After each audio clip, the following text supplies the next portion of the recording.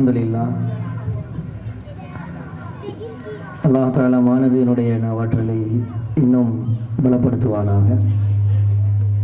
பல முக்கியமான தகவல்களை சொல்லியிருக்கிறாங்க.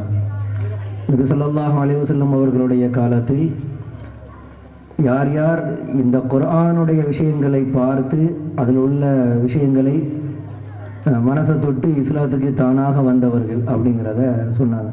குர்ஆன் எப்படியெல்லாம் அவங்கள இஸ்லாத்துக்கு கொண்டு வந்துச்சு அப்படின்னு. ஸோ அதனால தான் இந்த நிகழ்ச்சியே மொத்தமாக முழுமையாக குர்ஆனை பற்றி வச்சுருக்கிறோம். ஏன்னா அவ்வளோ விஷயங்கள் இருக்குது. நம்ம அமைதியாக உட்காந்து கேட்டாலே அது ரொம்ப பெரிய மாற்றத்தை நமக்கு கொண்டு வரும்.